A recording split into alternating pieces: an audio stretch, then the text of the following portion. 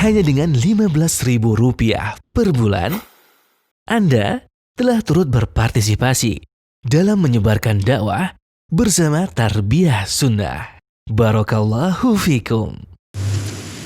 Bismillahirrahmanirrahim. Assalamualaikum warahmatullahi wabarakatuh.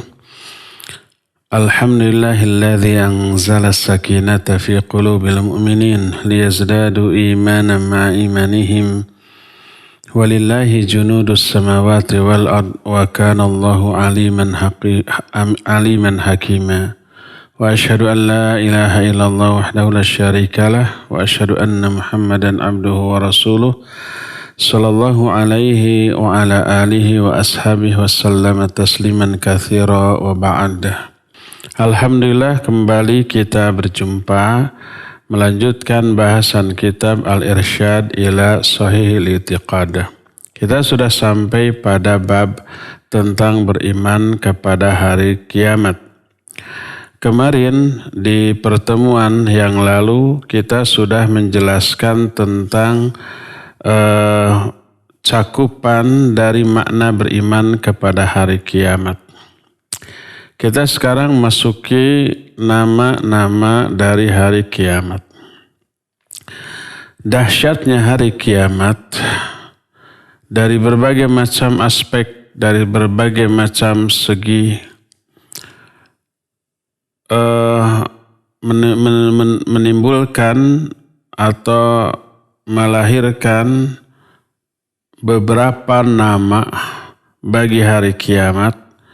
Yang satu nama itu menggambarkan satu keadaan minimalnya. Seluruh keadaan hari kiamat itu menakutkan dan mengerikan. Dari berbagai macam aspek, kiamat begitu dahsyat. Dan kedahsyatannya bisa dilihat dari nama-nama yang Allah berikan kepada hari kiamat. Tidak hanya satu. Lebih dari 50 nama bagi hari kiamat diterangkan oleh Allah Azza wa Jalla di dalam Al-Quranul Karim. Di antara nama-nama hari kiamat adalah pertama, Yaumul Ba'ats, hari kebangkitan. Karena di hari tersebut Allah Subhanahu wa Ta'ala membangkitkan seluruh makhluk yang pernah ada hidup di muka bumi ini lalu hancur dengan terjadinya kiamat. Lalu nanti akan dibangkitkan lagi. Adapun definisi dari hari kiamat itu sendiri adalah sejak mulai ditiupnya sangkakala yang pertama, yang berakibat hancur seluruh hidup dan kehidupan. Allah berfirman, wa nufikha fis-sur fasa'iqa man fis samawati wa man fil ard illa man sya'allah. Ditiuplah sangkakala, maka matilah semua makhluk yang ada di langit, yaitu para malaikat, dan juga yang ada di bumi, kecuali beberapa makhluk yang Allah kehendaki, yang Allah kecualikan. Itu kehancuran alam jagat raya. Sejak mulai itu sampai proses berikutnya, manusia dibangkitkan kembali, lalu dikumpulkan di padang mahsyar, lalu dihisab. Di antara proses hisab ada ditimbangnya amal, perbuatan, dibaginya catatan-catatan amal. Ada yang menerima dari sebelah kanan, ada yang menerima dari belakang punggungnya dengan sebelah kirinya. Kemudian ada lagi debat atau munaqasyah antara seorang hamba dengan Allah ketika hisab, sampai mereka menyeberang jembatan, ada syirat di atas neraka, ada haud, sampai berakhir ke surga atau ke neraka. Seluruh proses itu disebut dengan hari kiamat. Karena banyaknya kejadian yang terjadi pada hari kiamat, maka banyak gambaran tentang hari kiamat. Dan gambaran tersebut bisa terlihat dari nama-nama yang Allah berikan tentang kiamat. Pertama disebut Yaumul Ba'ats, hari kebangkitan. Karena dibangkitkannya seluruh makhluk. Para malaikat yang mati ketika ditiup sangkakala nanti dihidupkan lagi ketika ditiup sangkakala yang kedua. Bangsa jin juga begitu, bangsa manusia juga begitu, dan juga bangsa hewan-hewan. Allah berfirman di dalam Al-Quran, di antaranya dalam surah Al-Hajj ayat yang kelima Allah berfirman, Ya ayyuhan nas, in kuntum fi raibim minal ba'ats, fa inna khalaqnakum min turab. Hai manusia, kalau kalian ragu tentang hari ba'ats, hari kebangkitan, maksudnya hari kiamat. Salah satu momen di antara rentetan kejadian atau peristiwa kiamat adalah hari ba'ats, hari dibangkitkannya manusia. Kalau kalian ragu tentang hari ba'ats atau hari kebangkitan, maka ketahuilah sungguhnya kami telah menciptakan kalian dari tanah. Dalam surah Ar-Rum ayat 56 juga Allah berfirman, wa qala alladhina utul ilma wal iman laqad labithtum fi kitabillah ila yaumil ba'ats fahadha yaumul ba'ats. Kata Allah Azza wa Jalla, berkatalah orang-orang yang telah diberi ilmu dan iman kepada orang-orang yang menentang syariat ini, menentang dakwah ini. Kata mereka, kalian telah tinggal di muka bumi ini di bahu untuk diseru kepada kitab Allah ila yaumil ba'ats, sampai hari al-ba'ats, hari dibangkitkannya seluruh manusia. Wa hadza yaumul ba'ats, dan inilah hari al-ba'ats tersebut. Berkata Imam Ibn Mandur dalam kitab Lisanul Arab, wal ba'ats al-ihya minallahi ta'ala lil mauta. Yang dimaksud dengan al-ba'ats adalah Allah menghidupkan kembali makhluk-makhluk yang sudah mati. Inilah nama pertama bagi hari kiamat al-ba'ats. Yang kedua, kiamat juga disebut dengan yaumul khuruj, artinya hari keluar. Yang dimaksud keluar di sini keluarnya makhluk dari kubur-kubur mereka nanti pada hari kiamat. Orang yang sudah mati di alam dunia dikubur. Seluruh bagian tubuhnya hancur kecuali satu, tulang ekor yang tidak hancur. Terus sampai hari kiamat. Terjadi kiamat, hancur alam jagat raya ini, seluruh makhluk juga hancur, manusia juga hancur, seluruh bagian tubuhnya hancur kecuali satu tulang ekor. Itu yang nanti terkubur di alam mahsyar. Begitu Allah menurunkan hujan, maka air hujan tersebut menyirami setiap tulang ekor manusia tersebut. Maka dari tulang ekor itu tumbuhlah seluruh bagian tubuh manusia utuh seperti sedia kala. Tapi masih mati, belum hidup. Nah, setelah semuanya utuh baru ditiup sangkakala yang kedua, barulah hidup lagi.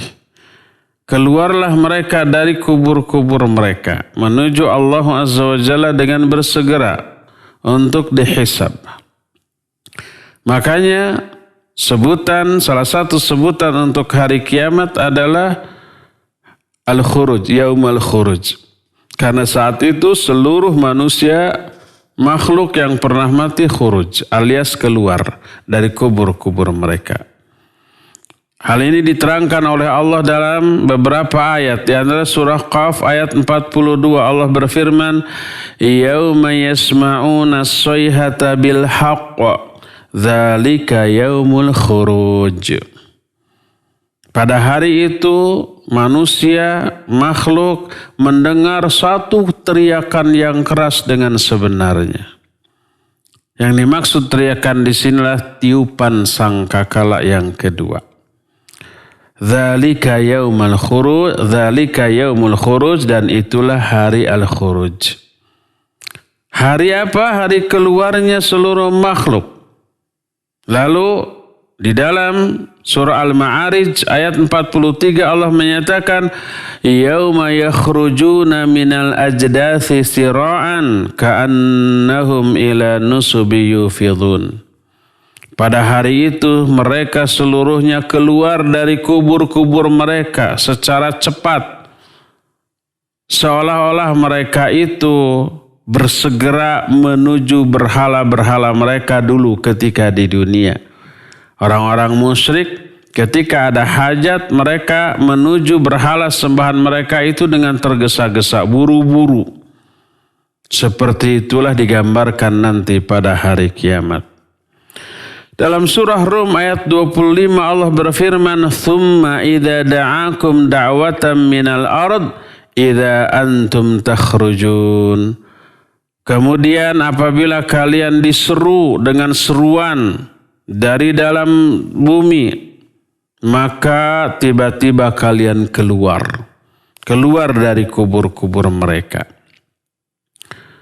Disebutkan oleh para ulama sumya bidzalik li'anna al-ibad yakhrujuna fihi min quburihim indama yunfakhu fis-sur. Hari kiamat disebut hari al-khuruj karena hamba-hamba makhluk semuanya keluar dari kubur-kubur mereka ketika ditiup sangkakala yang kedua. Inilah nama kedua bagi hari kiamat. Nama ketiga bagi hari akhir adalah hari kiamat itu sendiri. Hari akhir, iman kepada hari akhir. Hari akhir disebut juga dengan hari kiamat. Dan setidaknya ada 70 ayat di dalam Al-Quran tentang penamaan hari kiamat ini. Di antaranya Al-Quran surah An-Nisa ayat 87 Allah menyatakan Allahu la ilaha illahu la yajma'annakum ila yaumil qiyamati la raiba fih. Kata Allah, Allah yang tidak ada sesembahan yang hak selain Dia. Dia pasti mengumpulkan kalian pada hari kiamat yang tidak ada lagi keraguan-raguan di dalamnya. Tidak ada lagi keraguan tentangnya, tentang hari kiamat tersebut. Juga diterangkan dalam surah Al-Isra ayat 97 Allah berfirman wa nahsyuruhum yaumal qiyamati ala wujuhihim umyan wa bukman wa summa. Kata Allah, kami akan kumpulkan mereka orang-orang kafir. Kapan? Yaumal qiyamah, pada hari kiamat. Ala wujuhihim, dikumpulkannya itu dalam keadaan mereka itu berdiri di atas wajah-wajah mereka. Di dunia tak ada orang berjalan berdiri dengan wajah. Berjalan dengan tangan ada 1-2 yang mampu. Umumnya dengan kaki. Tapi di akhirat orang-orang kafir wajah bagian yang paling dimuliakan dari tubuh kita ini dijadikan alat untuk berdiri dan berjalan. Sebagai penghinaan atas mereka. Terus umyan wa bukman wa summa dalam keadaan buta, bisu dan juga tuli. Buta, tuli dan juga bisu. Sudah berjalannya dengan wajah juga buta, tuli dan juga bisu.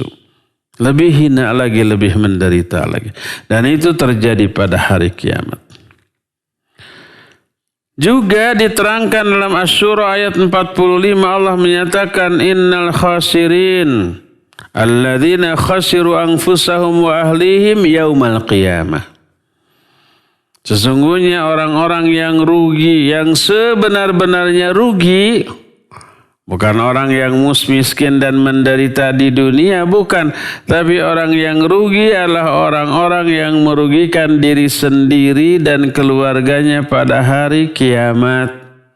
Ketika di dunianya tidak ibadah, tidak mengajak keluarganya kepada kebaikan, tidak mendidik, membina, mengajari keluarganya untuk beribadah kepada Allah, keluarganya dimanja, dininak bobokan dengan kesenangan dunia, lalai dari akhirat. sampai mati. Itu yang sebenar-benarnya rugi.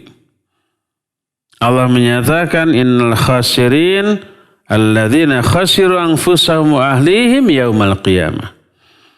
Orang-orang yang rugi adalah orang-orang yang merugikan diri sendiri dan keluarga mereka pada hari kiamat. Dan banyak lagi ayat-ayat lain sampai 70 ayat dalam Al-Quran yang memuat kata-kata yaumul qiyamah. Apa arti yaumul qiyamah? Yaum artinya hari. Al-qiyam artinya berdiri. Qiyam itu berasal dari kata qama yaqumu qiyaman. Lalu diberi huruf ta marbutah lil mubalaghah, seperti kebiasaan orang-orang Arab kalau mau mendahsyatkan sesuatu pakai huruf ta marbutah. Kenapa disebut hari kiamat? Karena saat itu seluruh manusia berdiri di hadapan Allah. Yauma yaqumun nasu lirabbil alamin. Pada hari itu seluruh manusia berdiri di hadapan Allah Subhanahu wa ta'ala. Inilah yang ketiga. Yang keempat, nama bagi hari kiamat adalah Yaumuddin, hari agama. Ad-din itu sebenarnya maknanya pembalasan. Dan kiamat adalah hari ketika seluruh amal dibalas. Kalau amal baik, balasan baik. Amal buruk juga balasannya buruk. Makanya disebut dengan Yaumuddin. Allah berfirman dalam Al-Quran, di antaranya dalam surah Al-Infitar mulai 14 sampai 19 Allah menyatakan wa innal fujjara lafi jahim yaslaunaha yaumaddin wa ma hum anha bighaibin wa ma adraka ma yaumuddin thumma ma adraka ma yaumuddin yauma la tamliku nafsun li nafsin syai'a wal amru yauma idzil lillah. Kata Allah, sesungguhnya orang-orang durhaka akan berada dalam neraka jahim. Yaslaunaha yaumaddin. Mereka itu akan memasuki neraka jahim itu pada hari ad-din, hari kiamat, hari pembalasan. Wa ma hum anha bighaibin. Mereka itu tidak bisa lepas, tidak bisa menghindar, tidak jauh dari neraka jahim tersebut. Wa ma adraka ma yaumuddin, tahu enggak kamu apakah yaumuddin itu? Summa ma adraka ma yaumuddin, lalu kemudian tahu enggak kamu apakah yaumuddin itu? Yauma la tamliku nafsun li nafsin syai'a. Hari ketika seseorang tidak bisa menyelamatkan orang lain sedikit pun. Wal amru yauma idzilillah, dan seluruh urusan, seluruh putusan semuanya itu milik Allah. Itu salah satu di antara penyebab hari kiamat itu disebut dengan sebutan hari ad-din. Dan itu ayatnya. Maknanya adalah yaumul jaza wal hisab. Hari ketika dibalasnya semua perbuatan dan dihisabnya semua amalan. Itu yang keempat. Yang kelima, kiamat juga disebut dengan yaumul fasl. Hari ketika diputuskannya seluruh perselisihan di kalangan manusia. Di dunia ini kan banyak urusan perselisihan yang terjadi di kalangan manusia dan tidak terselesaikan atau terselesaikan secara tidak adil. Orang umpamanya berselisih tentang sesuatu, dibawa ke pengadilan, diputuskan, ternyata yang salah dibenarkan, yang benar disalahkan. Ada nggak kasus seperti itu? Ada. Terus sampai mereka semuanya mati tidak terselesaikan. Nanti dibereskannya di akhirat. Orang-orang yang berbuat zalim di dunia karena kekuasaannya, karena pangkatnya, karena jabatannya, karena uangnya, karena pendukungnya yang kuat dan banyak, lalu berbuat zalim ke semua orang, ke banyak orang, dan tak ada yang berani mengkomplain, apalagi melawannya, memperkarakannya. Siapa yang memperkarakannya? Dia yang tambah terpuruk. Sampai mati nggak ada penyelesaian kecuali dimenangkan oleh si zalim. Nah, hari kiamat ini adalah hari ditegakkannya keadilan tersebut. Disebut Yaumul Fasl. Allah berfirman di dalam Al-Quranul Karim, di antaranya dalam surah As-Saffat ayat 21, Allah menyatakan, Hadza yaumul fasli alladzi kuntum bihi tukadzibun. Inilah hari al-fasl yang dahulu ketika di dunia kalian dustakan. Juga di dalam surah Al-Mursalat 38 Allah menyatakan, Hadza yaumul fasli jama'nakum wal awwalin. Inilah hari al-fasl, kami kumpulkan kalian beserta orang-orang terdahulu yang telah mati sebelum kalian. Dalam surah An-Naba ayat 17 Allah juga menyatakan, Inna yaumal fasli kana miqata. Sesungguhnya hari al-fasl itu adalah sesuatu yang sudah ditentukan waktunya. Sumya yaumul fasl li'anna fihi al-faslu bainan nas bil adl.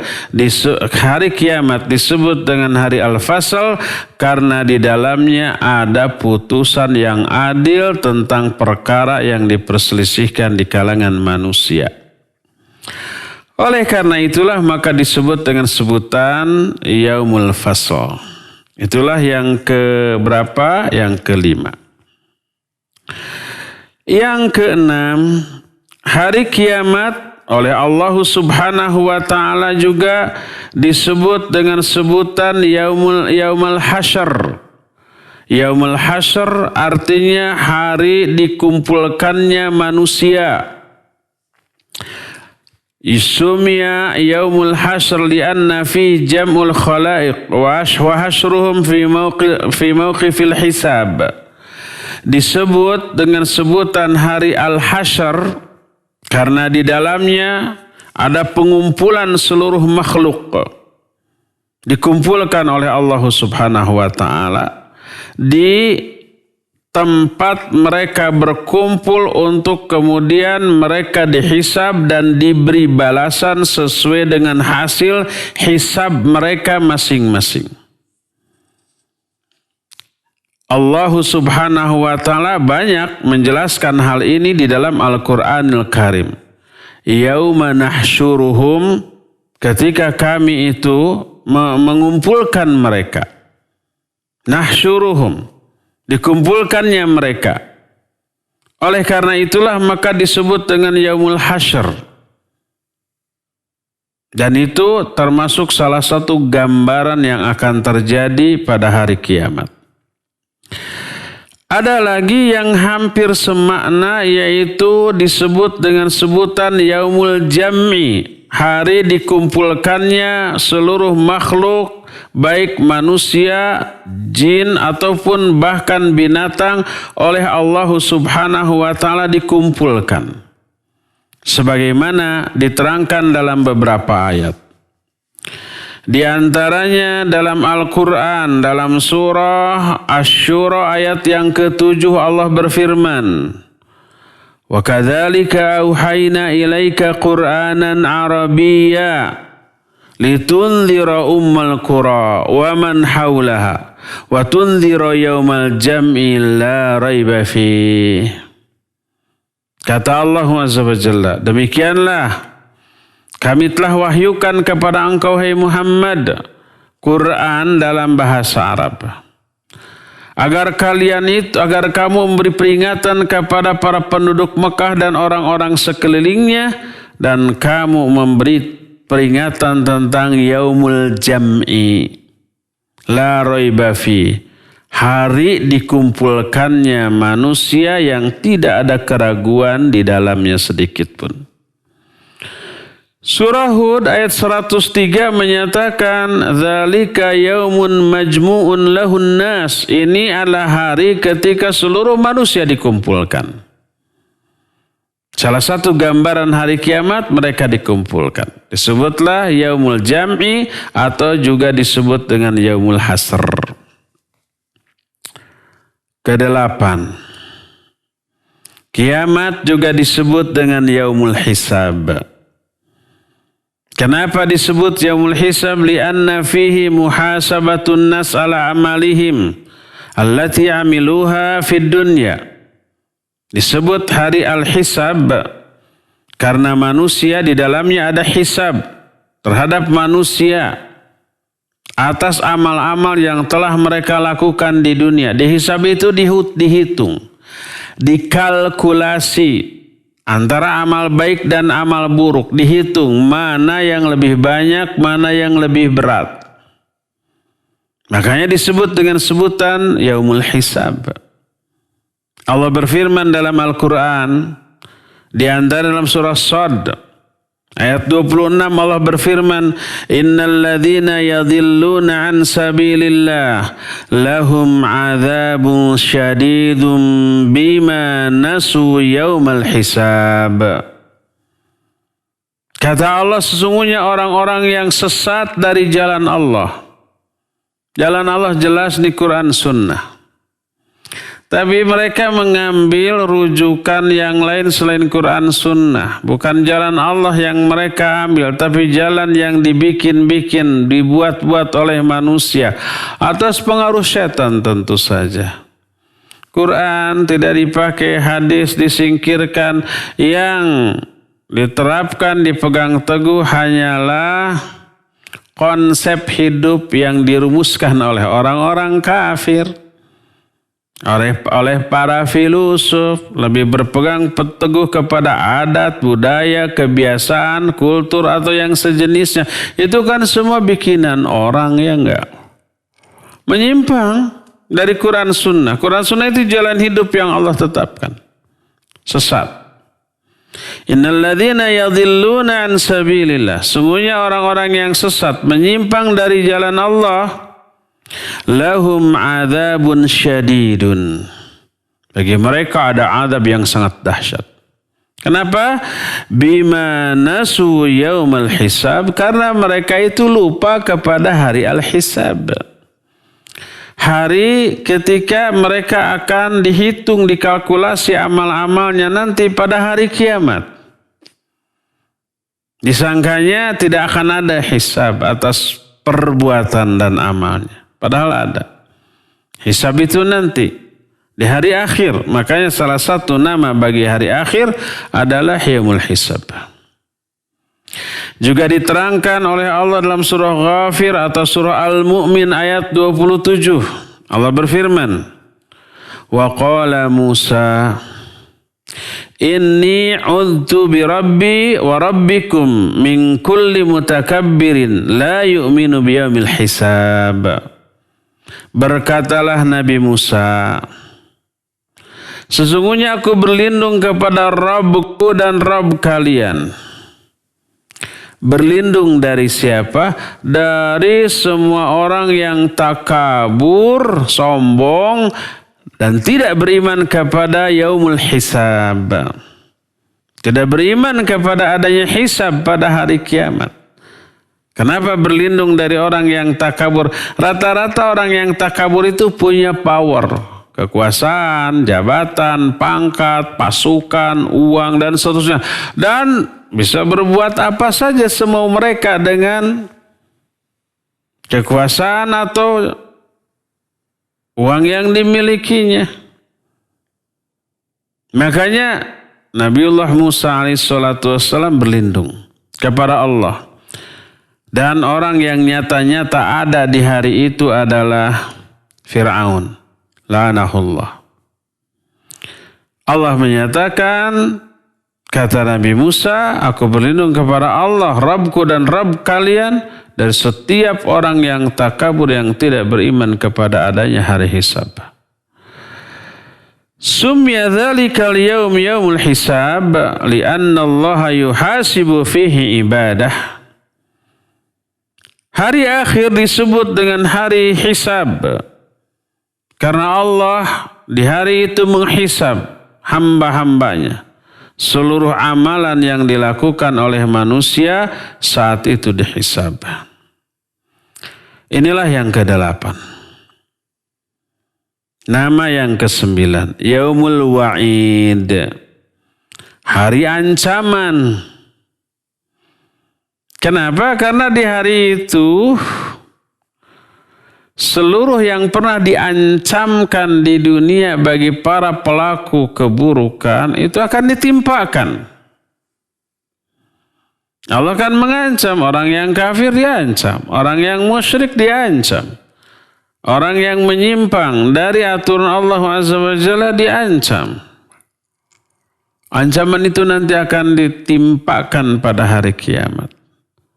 Ancaman ini diberikan dalam rangka kemaslahatan kita sebagai hambanya agar kita ini tidak terjerumus ke dalam hal yang madarat merugikan kita dunia akhirat, baik aspek lahir ataupun batinnya. Disebutnya kiamat dengan Yaumul Wa'id diterangkan oleh Allah Azza wa Jalla dalam Al-Quran. Di antaranya surah Qaf ayat yang ke-20 Allah Azza wa Jalla berfirman wa nufikha fis-sur dzalika yaumul wa'id. Ditiuplah sangkakala.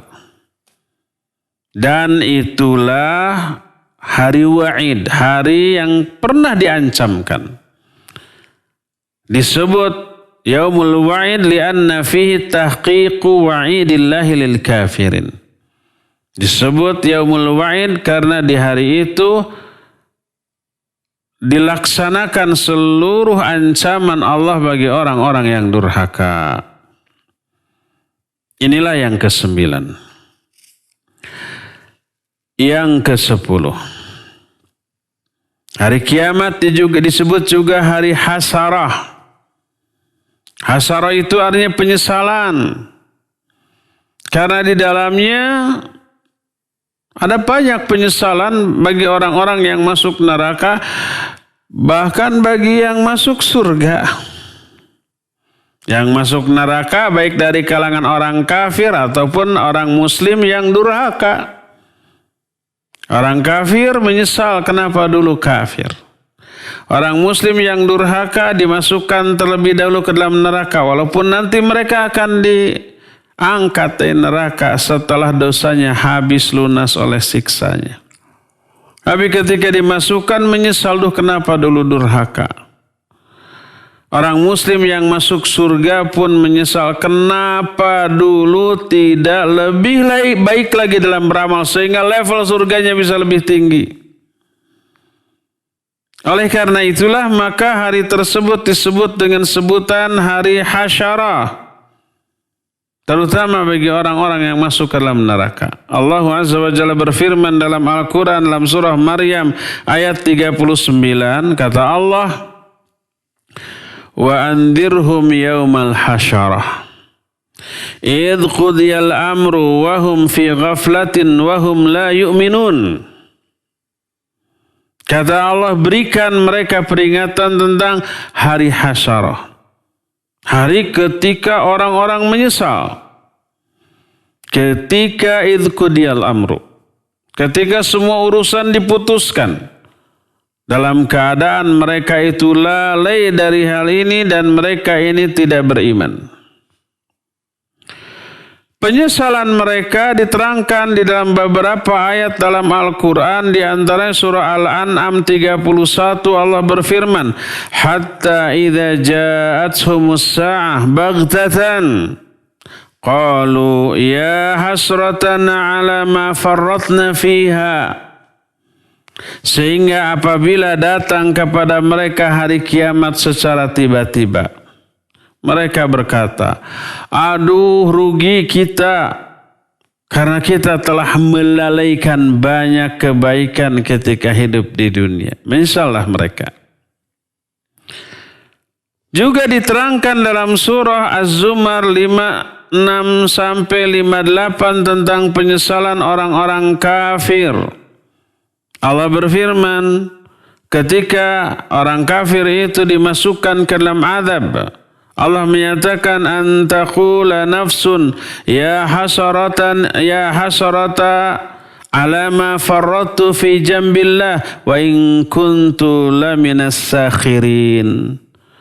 Au taqula law anna Allah hadani lakuntu minal muttaqin. Au taqula hina taral azab law anna li karratan fa akuna minal muhsinin.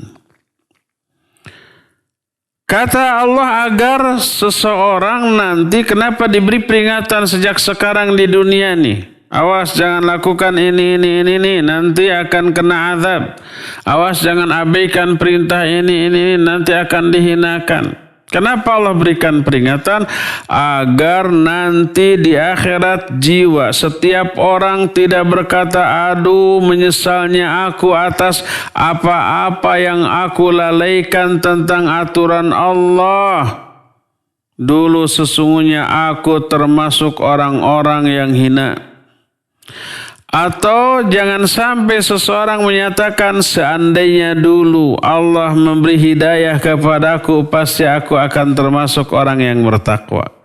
Atau jangan sampai dia berkata ketika melihat azab, seandainya aku punya kesempatan sekali lagi hidup di dunia, niscaya aku akan menjadi orang-orang yang berbuat banyak kebaikan.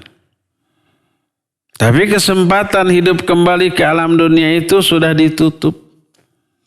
Tidak ada lagi kesempatan yang memungkinkan memperbaiki semua keadaan apabila sudah terjadi hari kiamat. Makanya disebut dengan sebutan Yaumal Hasarah, hari penyesalan.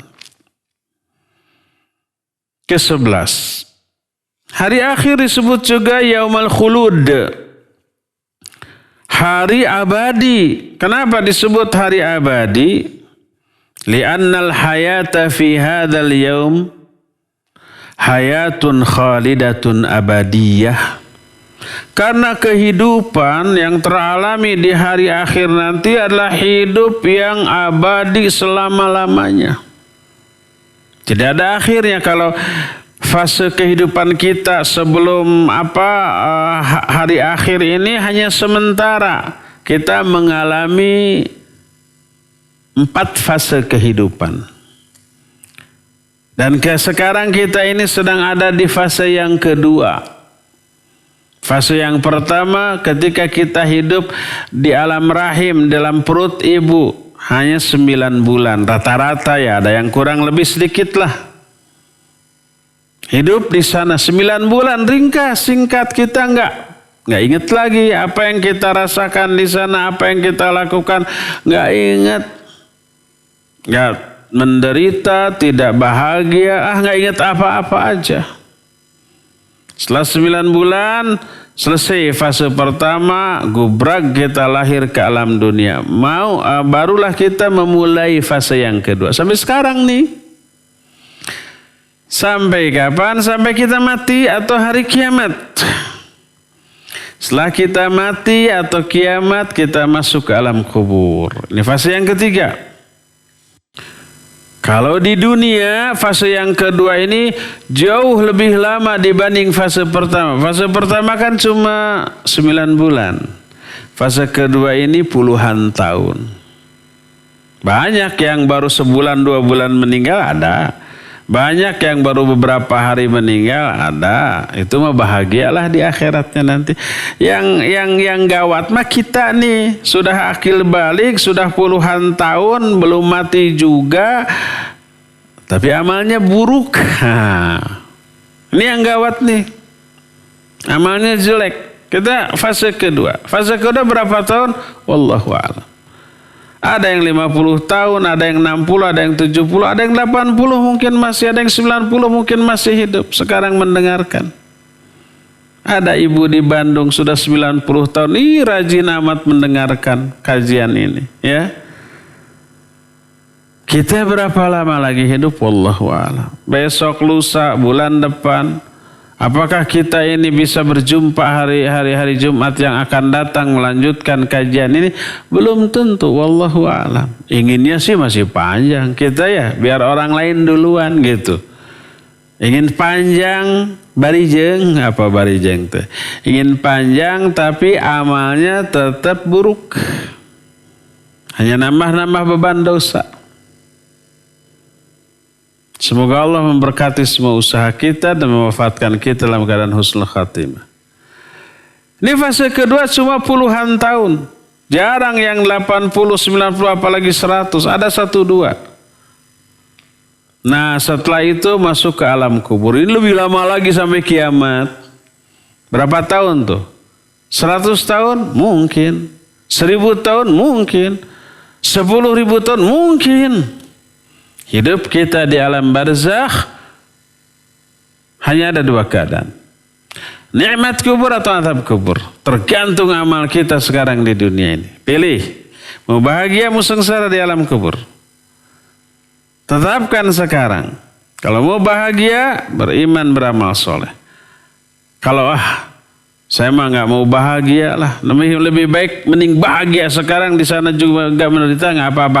Silakan. Senang-senang di dunia. Nggak perlu iman, amal soleh.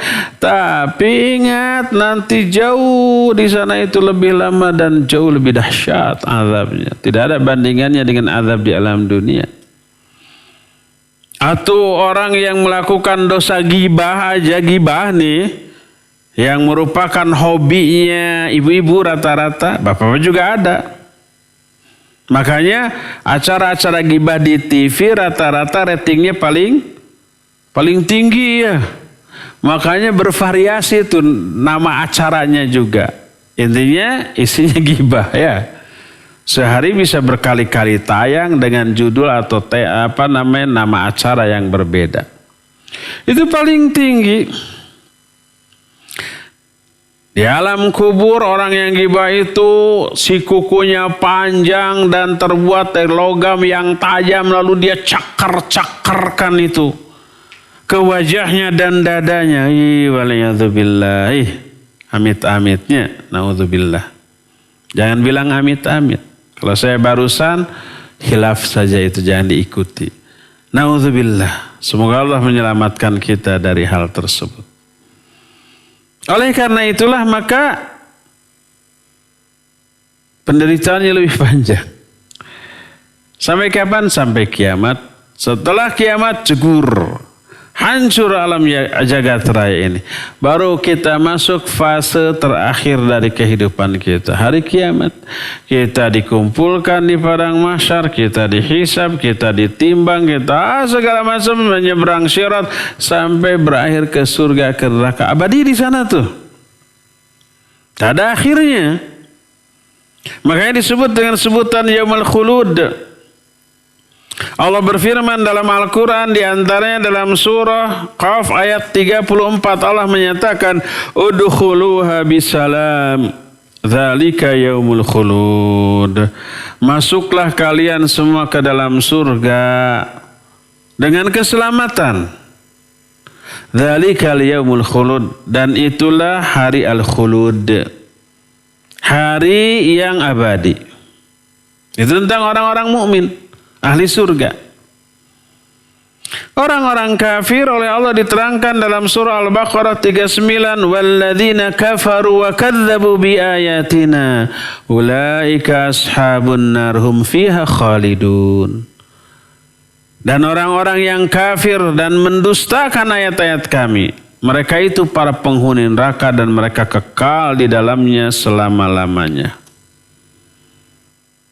Orang mukmin ahlu sunnah diterangkan dalam surah Ali Imran 107, wa ammal ladzina biyaddat wujuhuhum fa fi rahmatillah hum fiha khalidun. Adapun orang-orang yang nanti akan bercahaya putih tuh wajah-wajah mereka pada hari kiamat, mereka itu berada dalam rahmat Allah dan mereka kekal di dalamnya selama-lamanya. Allah menyatakan wa inna daral akhirah fahiyal hayawan. Sesungguhnya negeri akhirat itulah kehidupan yang sebenarnya. Kehidupan kita sekarang mah ada akhirnya, di alam rahim, di perut ibu ada akhirnya, 9 bulan sudah keluar. Di dunia ini hanya puluhan tahun ya, jarang yang 80, 90 apalagi 100. Lalu mati keluar dari alam dunia, masuk alam barzakh. Lebih lama lagi, entah berapa ribu tahun atau bahkan juta tahun, mungkin kita nggak tahu kapan kiamat terjadi. Sampai kiamat, cegur alam jagat raya hancur, barulah masuk kepada hari yang paling akhir dalam fase kehidupan kita. Sebut hari al-akhir, yaumul akhir. Sebut hari kiamat. Disebut yaumul khulud, hari yang abadi. Ya, itulah yang ke-11. Kemudian yang ke-13 disebut dengan sebutan ad-darul akhirah, negeri yang paling akhir. Kenapa? Lianna ba'da dari dunya wahya darun baqiyatun laisa ba'daha intiqalun ila darin ukhra. Disebut dengan sebutan ad-darul akhirah, negeri akhirat. Akhirat itu yang paling akhir. Karena negeri ini datang setelah beberapa negeri yang kita singgahi dalam perjalanan hidup kita, dan negeri ini adalah negeri yang abadi dan tidak ada perpindahan ke negeri yang lainnya lagi. Sudah kita jelaskan tadi, negeri pertama negeri di alam rahim kita. Pindah ke alam dunia. Setelah mati pindah ke negeri alam kubur, ke alam akhirat, ke alam baka. Kemudian dari negeri alam kubur pindah ke negeri akhirat. Dan setelah itu tidak ada lagi perpindahan. Sebab tidak ada negeri lain yang harus kita kunjungi, yang harus kita singgah. Itu terminal akhir dari kehidupan kita. Itulah hari kiamat. Itulah yang disebut dengan ad-darul akhirah. Ke-13 disebut juga darul qarar. Qarar itu menetap secara permanen. Menetap itu tidak pindah-pindah lagi. Tidak nomaden. Istilah nomadennya. Nomaden itu kan pindah-pindah. Atau istilah kitanya tidak menjadi kontraktor. Kontrak terus ya. Tiap tahun saya mikir bayar nih. Cikene baru aja bayar setahun yang lalu, sekarang sudah harus bayar lagi. Ada yang bayar bulanan gitu kan, para kontraktor tuh rasa-rasanya baru aja bayar, sekarang harus sudah bayar laginya. Banyak pengalaman orang-orang di sini juga ya. Saya juga pernah menjadi kontraktor. Nah, pindah-pindah. Tapi kalau sudah memiliki rumah, menetap secara permanen sampai mati.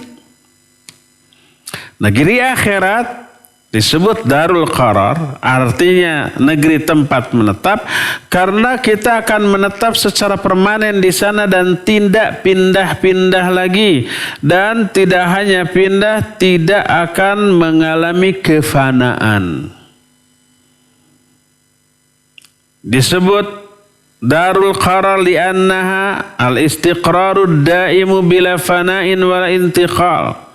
Disebut darul qarar artinya negeri tempat menetap, karena itu adalah negeri yang tempat menetap secara permanen, tidak ada kefanaan, tidak ada lagi perpindahan. Itu yang keberapa? Yang ke-13. Yang ke-14. Kita loncat. Hari kiamat juga disebut dengan sebutan al-waqi'ah. Al-waqi'ah secara bahasa maknanya adalah yang terjadi. Disebut al-waqi'ah karena memang itu kejadian. Allah menyatakan idza waqa'atil waqi'ah, ketika terjadi kiamat. Ketika terjadi kehancuran alam jagat raya ini. Ketika semua yang Allah janjikan secara gaib, tidak kontan diwujudkan di dunia, tapi nanti maka semua yang Allah janjikan itu terjadi. Makanya disebut dengan sebutan al-waqi'ah. Berkata Imam Ibnu Katsir rahimahullah ketika menjelaskan surat Idza waqa'atil waqi'ah, surah Al-Waqi'ah ini, kata Imam Ibnu Katsir sumiyat bidzalik litahaqquqi kauniha wa wujudiha. Disebut Al-Waqi'ah karena terjadinya serta teraplikasikannya semua yang Allah Subhanahu wa taala janjikan. Makanya disebut juga dengan sebutan al-waqi'ah. Ya. Nah, sebenarnya banyak nama-nama lain yang saya katakan tadi, lebih dari 50 nama yang Allah sebutkan di dalam Al-Qur'anul Karim. Tapi kita tidak menjelaskan seluruh nama tadi, tapi intinya satu nama minimal menggambarkan satu keadaan yang terjadi pada hari kiamat. Banyaknya nama bagi hari kiamat menunjukkan keadaannya itu begitu beragam. Berbagai macam jenis kejadian dan semuanya dahsyat. Semuanya menakutkan, semuanya mengerikan. Dan ini menjadi pelajaran tentang wajibnya kita mempersiapkan diri menghadapi hari tersebut agar kita bisa hidup berbahagia di hari itu. Ya, untuk sore ini cukup sampai di sini saja dahulu. Kita membahas beberapa nama bagi hari kiamat. Insya Allah lanjutan dari pembahasan ini akan kita teruskan di hari Jumat yang akan datang. Dan sisa waktu yang ada kita akan masuki sesi tanya jawab. Wa sallallahu ala nabiyina Muhammadin wa ala alihi wa ashabihi wassalam. Kepada akhi Fawaz Tisan dipersilakan untuk memandu tanya jawab dengan pendengar dan pemirsa. Alhamdulillah. Silakan. Ya, silakan. Halo, assalamualaikum Ustaz. Waalaikumsalam warahmatullahi wabarakatuh. Dengan siapa, dari mana Bapak? Dengan hamba Allah di Kerinci, Ustaz. Silakan Bapak. Ustaz mau nanya tentang masalah ghibah, Ustaz. Iya. Apakah boleh kita menggibah seseorang, maksudnya di daerah kita ini kan daerah pertanian gitu. Jual hasil pertanian. Iya. Maksud kita menggibah orang itu yang suka membeli hasil pertanian itu karena suka menyukat timbangan. Dengan maksud saya menggibah itu jangan jual ke orang itu, karena biar orang itu sadar diri gitu. Kalau nggak ada orang yang beli, jadi dia sadar karena dia tuh suka menyukat timbangan secara terus menerus gitu kan. Iya. Itu aja kan. Baik. Assalamualaikum warahmatullahi wabarakatuh. Waalaikumsalam warahmatullahi wabarakatuh. Bapak di Kerinci, silakan Ustaz. Taib, hamba Allah di Kerinci, barakallahu fiik. Menyukat itu mengurangi ya. Boleh nggak kita menggibahi orang yang suka mengurangi timbangan? Ketika menjual dikurangi, ketika membeli ingin lebih, biasanya begitu ya. Al-Mutaffifin itu dalam surah Al-Mutaffifin persis begitu ya. Ada dua hal. Pertama, ketika kita melihat saudara kita melakukan kecurangan seperti itu, tegur, dinasihati, diingatkan ya. Jadi menjadi kewajiban kita untuk mengingatkannya dengan disertai bukti. Timbang dulu di dia ya, setelah itu umpamanya 10 kilo, timbang lagi dengan timbangan yang standar. Ternyata 9 kilo tuh, lihat. Itu yang pertama ya, dinasihati. Kedua, boleh nggak menggibahinya? Ada dua. Kalau menggibahinya, pertama ya, setelah diingatkan, tapi tetap begitu. Akhirnya kita laporkan ke yang berwajib, ke polisi. Otomatis ketika kita melaporkan ke polisi, kita menceritakan kejahatan, kejelekan orang itu. Gibah bukan? Iya, gibah. Boleh apa tidak? Boleh. Karena demi tegaknya hukum. Tidak mungkin kita, Pak Polisi, saya lapor nih. Lapornya gimana? Nggak mau gibah. Ya itu nggak akan bisa diusut. Nggak bisa diproses ya. Dibolehkan. Itu pertama ya. Yang kedua, kalau umpamanya tidak bisa diproses secara hukum karena satu dan lain hal. Akhirnya satu-satunya yang kita lakukanlah tidak lagi menjual ke orang itu. Terus kita memberikan peringatan kepada orang, jangan ke dia. Karena dia ini suka menyukat timbangan, suka mengurangi timbangan. Boleh apa tidak? Boleh. Dan itu termasuk amar ma'ruf nahi munkar. Itu dilakukan oleh para ulama ahli hadis. Seperti contoh ada orang tukang copet, hanya kita yang tahu, ada kerumunan di kita. Tiba-tiba dari kejauhan ada orang yang suka nyopet tadi, orang lain nggak tahu, kita tahu. Boleh nggak kita memberitahu orang-orang awas dia copet? Bukan boleh, harus. Agar tidak banyak korban. Beritahukan awas dia copet, hati-hati dompetmu. Itu termasuk bagian dari amar ma'ruf nahi munkar. Kita sudah menasihati dia untuk tidak mencopet, tapi mental, gak mempan, bahkan marah ngancam ke kita. Dan kita tidak punya keberanian untuk melawannya. Ya kita harus peringatkan orang-orang. Itulah yang dilakukan oleh para ulama ahli hadis untuk memelihara kemurnian dari agama ini. Kemurnian agama ini dari campur tangan orang. Makanya ketika memeriksa hadis diperiksa rawinya. Ternyata rawi ini umpamanya kadzib, suka berdusta, maka terang-terangan dikatakan jangan terima hadisnya karena dia tukang bohong. Karena dia tukang memalsu hadis. Dia itu umpamanya sayyul hifadz. Hafalannya jelek, suka keliru, suka salah. Itu ghibah apa bukan? Iya, ghibah. Tapi ini ghibah yang diwajibkan dalam rangka memelihara kemurnian dan originalitas dari agama ini. Itu bagian dari amar ma'ruf nahi munkar.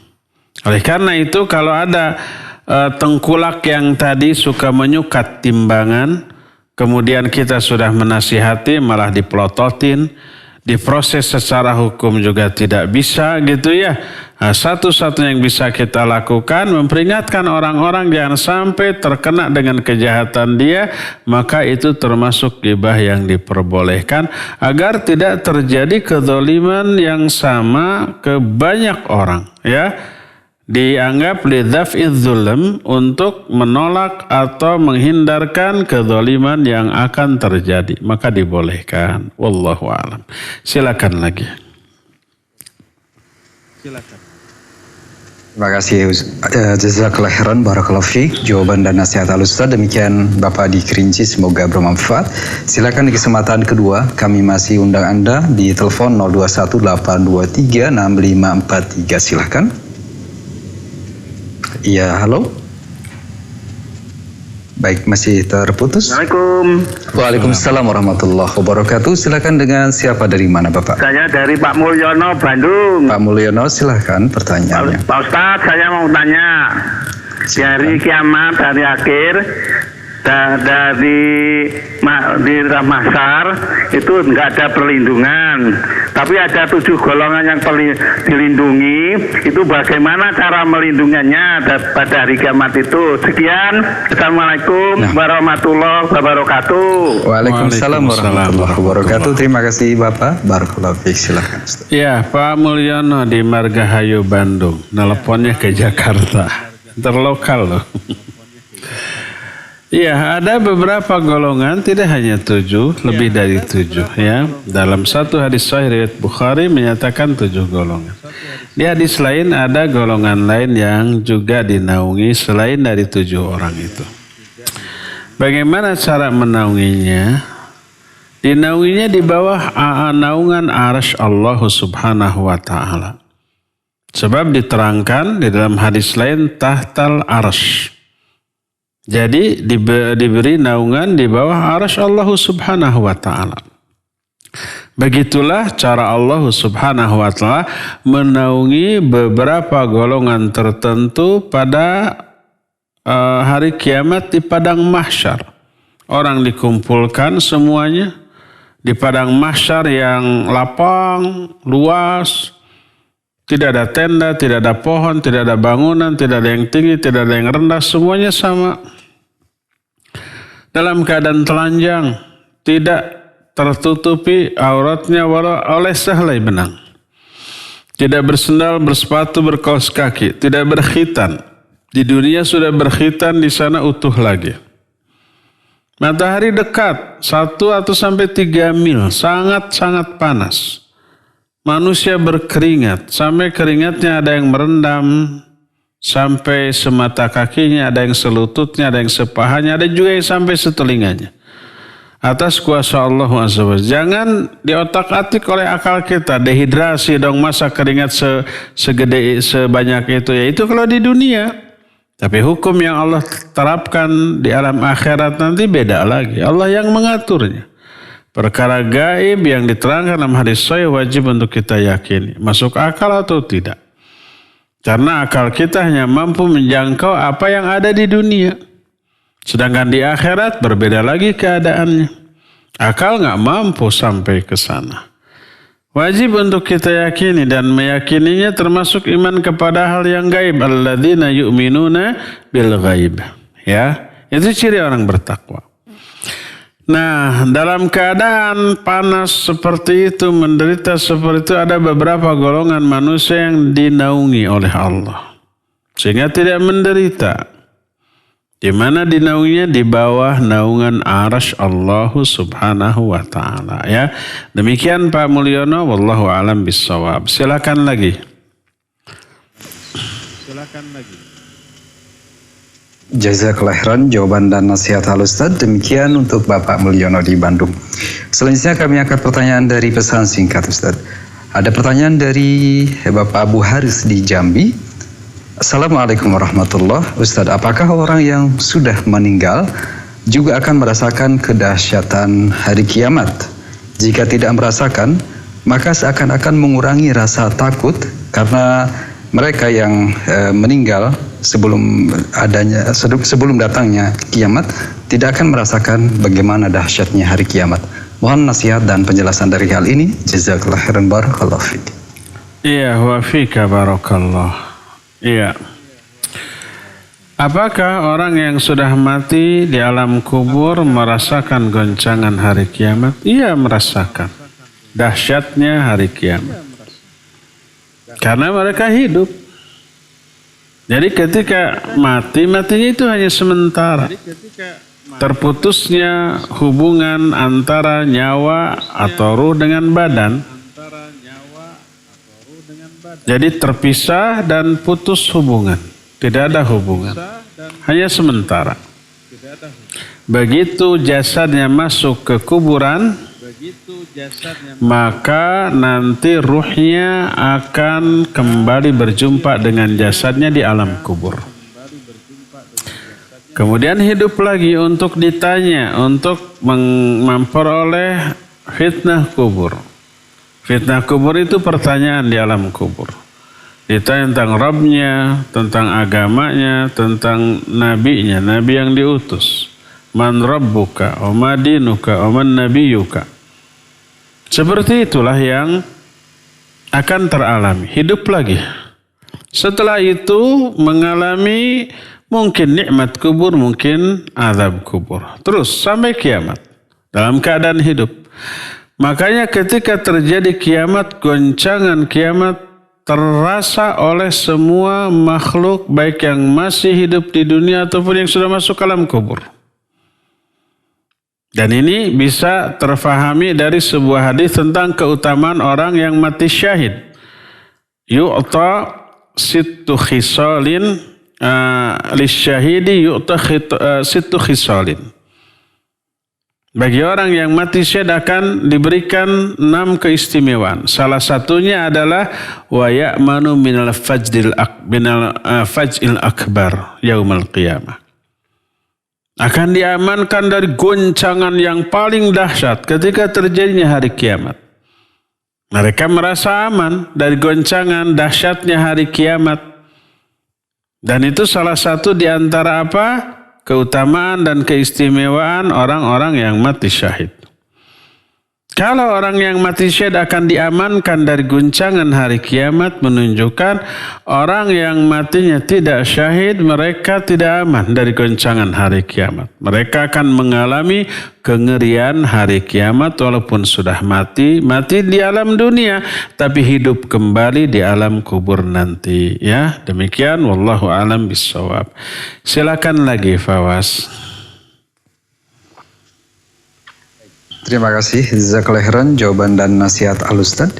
Untuk selanjutnya kami angkat pertanyaan yang datang dari Pak Ahmad Rifai di Sukabumi. Assalamualaikum warahmatullahi wabarakatuh. Ustaz, apa yang harus dilakukan oleh kita kaum muslimin di saat ada orang-orang non-muslim yang menghina Nabi SAW dan agama Islam, padahal kita tidak melakukan apa yang mereka lakukan, yakni menghina agama mereka, dan ini dilakukan di media sosial. Mohon nasihat dan penjelasannya agar kaum muslimin tidak terpancing terhadap hal tersebut. Barakallahu fiik. Iya, wa fika barakallah. Pak Ahmad Rifai di Sukabumi, ya, barakallahu fiik. Kalau ada orang yang menghina ajaran agama kita, baik Allah Azza wa Jalla atau Nabi kita yang agung Muhammad SAW, atau Al-Quranul Karim, atau Ka'bah, atau simbol apapun dari simbol-simbol Islam, maka wajib kita bereaksi. Wajib kita ada rasa marah kepada orang seperti itu. Kalau adem ayem saja dipertanyakan tuh keimanannya, wajib ada rasa marah. Kalau tidak ada rasa marah, berarti tidak memiliki ghirah, tidak memiliki kecemburuan. Wong istri kita dihina orang aja kita marah. Anak kita dihina orang aja kita marah. Orang tua kita dihina orang kita marah. Ini lebih agung daripada itu agama ini, ya. Cuma marah tidak berarti anarkis. Tidak berarti kita membabi buta. Ya. Jadi wajib bereaksi untuk menindak orang seperti itu secara hukum yang berlaku. Nah, boleh umpah kita memakai aturan yang sesuai dengan keinginan kita, sudah saja kita bunuh langsung di tempat, tidak boleh. Nah, negara kita mengatur semua itu, ada pasalnya. Kita kumpulkan bukti-buktinya, bisa keburu dihapus gitu kan, susah ditelusuri jejaknya nanti, jejak kejahatannya. Kumpulkan bukti-buktinya, bawa ke polisi, ini Pak ada orang yang menghina agama kami. Bakal dihukum nggak? Ya bakal lah. Kalau nggak dihukum, ya polisinya nanti diperkarakan, ya nggak? Apalagi kekuatan media sosial sekarang begitu dahsyat. Ngumpet dimanapun orang itu bisa ketemu, ya. Jangan dibiarkan. Membiarkannya berarti mengabaikan kejahatan orang terhadap agama kita.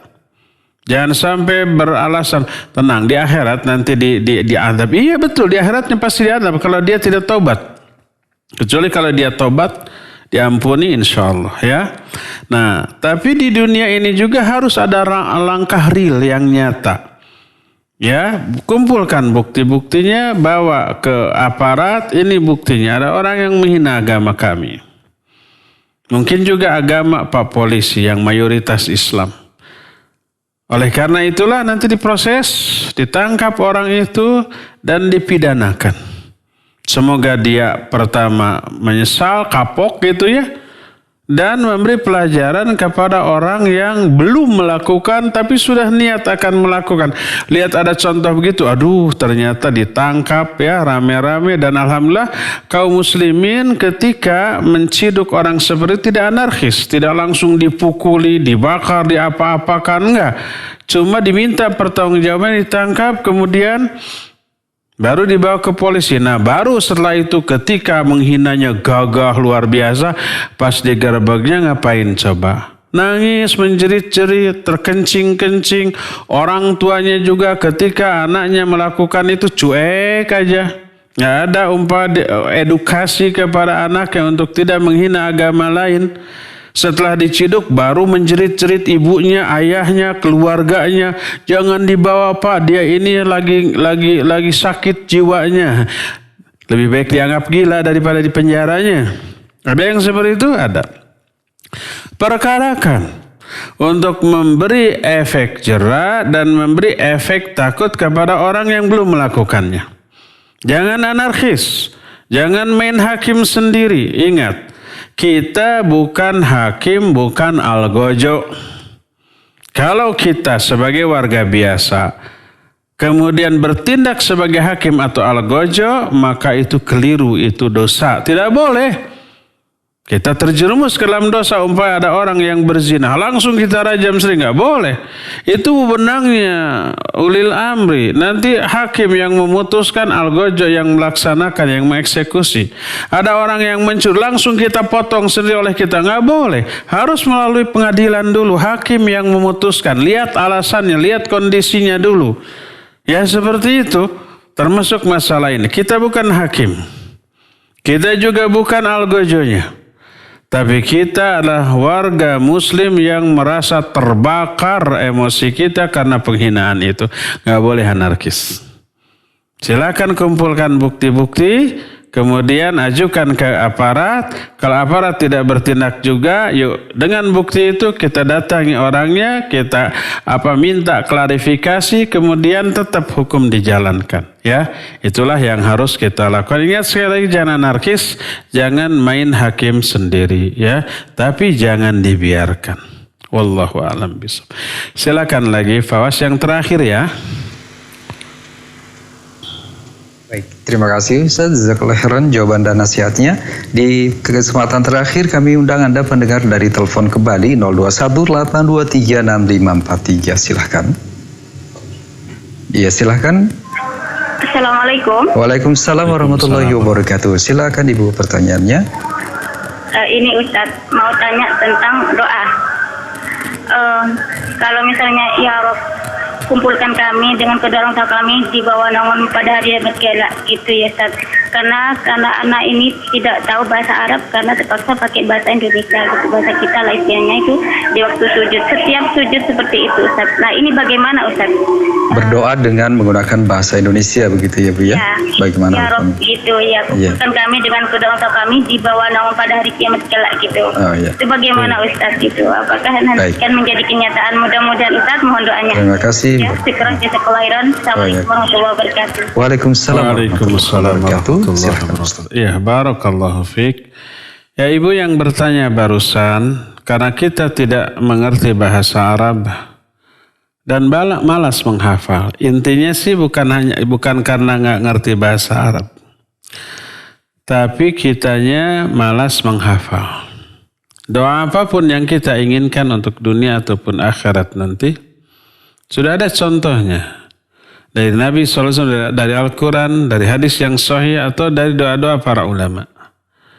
Dengan struktur bahasa Arab yang benar, bagus, dan indah. Cuma kita malas menghafal. Keinginan berdoa banyak, gitu.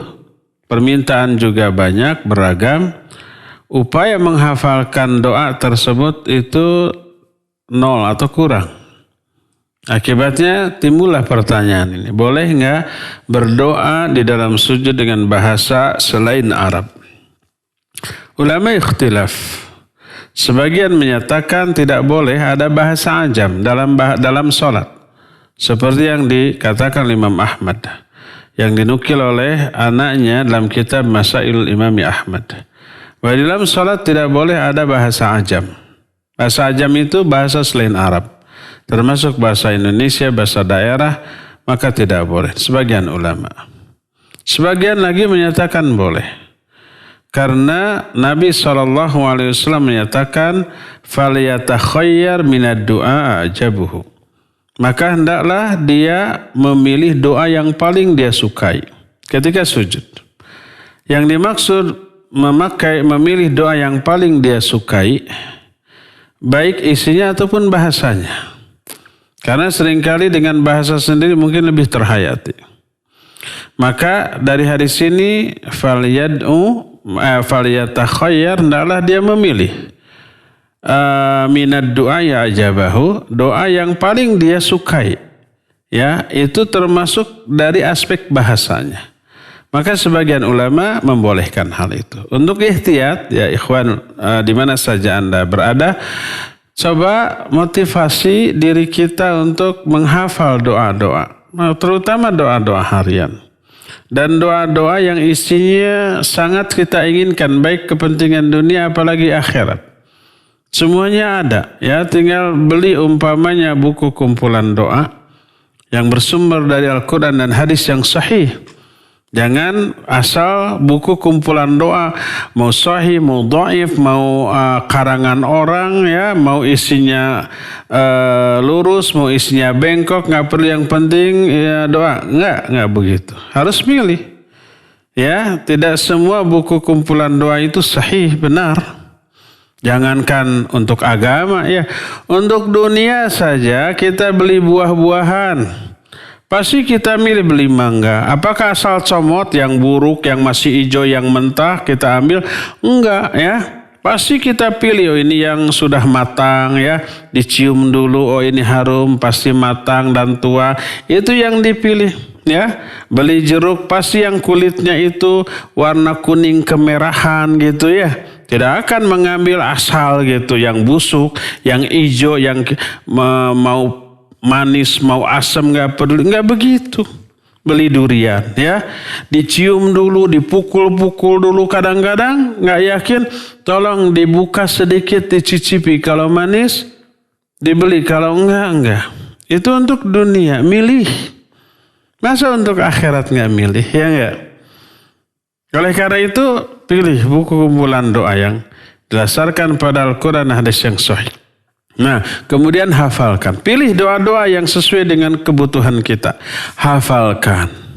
Menghafalkannya memotivasi kita untuk ingin segera membacanya dalam sholat. Dan ketika kita baca dalam sholat, itu menambah kekhusyuan kita dalam sholat tersebut. Ya. Demikian ibu yang barusan bertanya, ya cukup ya, waktunya sudah cukup. Insyaallah kita akan jumpa kembali di hari Jumat yang akan datang. Subhanakallahumma bihamdik asyhadu an la ilaha illa anta astaghfiruka wa atubu ilaik. Walhamdulillahirabbil alamin. Wassalamualaikum warahmatullahi wabarakatuh.